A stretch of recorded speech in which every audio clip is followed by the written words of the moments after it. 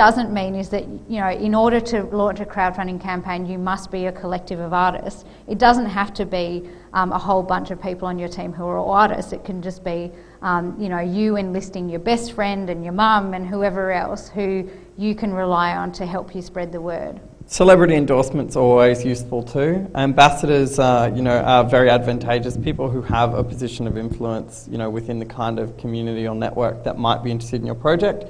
So, for example, Fee Plumley, who's a very good friend of mine, recently ran a crowdfunding campaign called Really Big Road Trip around getting a bus so that she can travel around Australia and document how arts organisations are using digital culture to build audiences.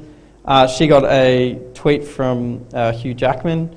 Now, I'm not saying that everybody should go and start direct messaging Hugh Jackman in the hope that he'll retweet their campaign, but thinking strategically about who might be able to get your message out broader than your own network.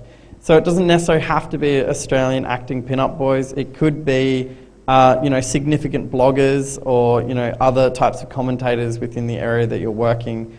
Other filmmakers, other theatre directors, people who can push your message out and push it out with a level of endorsement that will help spread the message.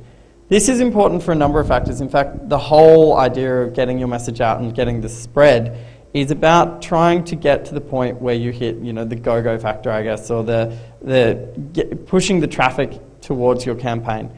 Now, the reason I say this is because, on all social networks, there's some sort of an algorithmic approach to how content is seen within your network. So take, for example, Facebook. If you've never heard of the concept of EdgeRank, go and look it up. It's how Facebook decides who in your network sees what. So not everybody sees absolutely everything that you post.